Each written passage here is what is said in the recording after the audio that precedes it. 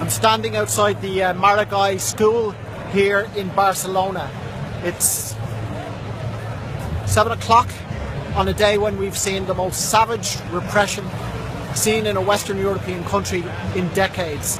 What has happened in this city and in this area of Catalonia today would remind you of what took place during the Franco era. We have, at the latest count I've heard, 465 people injured, but the number is rising.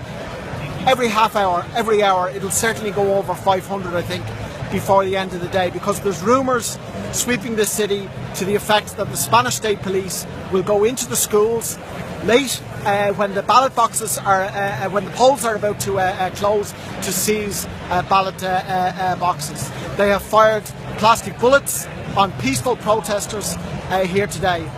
Peaceful protesters who came out to defend the right to vote, defend the right of the people of this region to decide their future for themselves.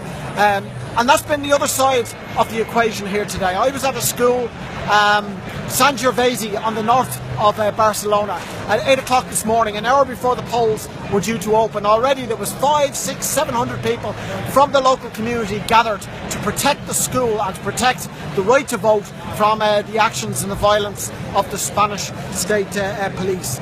We travelled out this afternoon to villages and towns north of Barcelona. I was in Subarat around 4 o'clock today, and the organisers there explained to me that already at 4 o'clock in the afternoon, 70% of the people in the area who were entitled to vote had already cast their ballot. Votarem, that is the slogan on the lips of people here. We will vote. And when, as a parliamentary visitor from Ireland observing the election, I have arrived in these schools along with other people.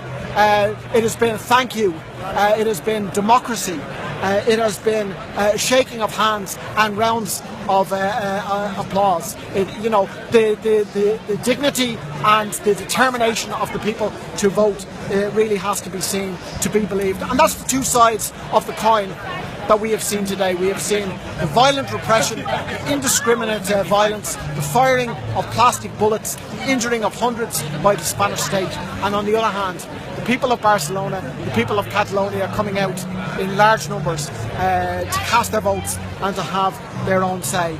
We've just heard that the leader of the British Labour Party, Jeremy Corbyn, has criticised the silence of his own government. He might as well criticise the silence of all the governments of Europe tonight, and I include the Irish government in that. But it's not to them we look for a solution, although they should be kept under pressure, but to the people of this country.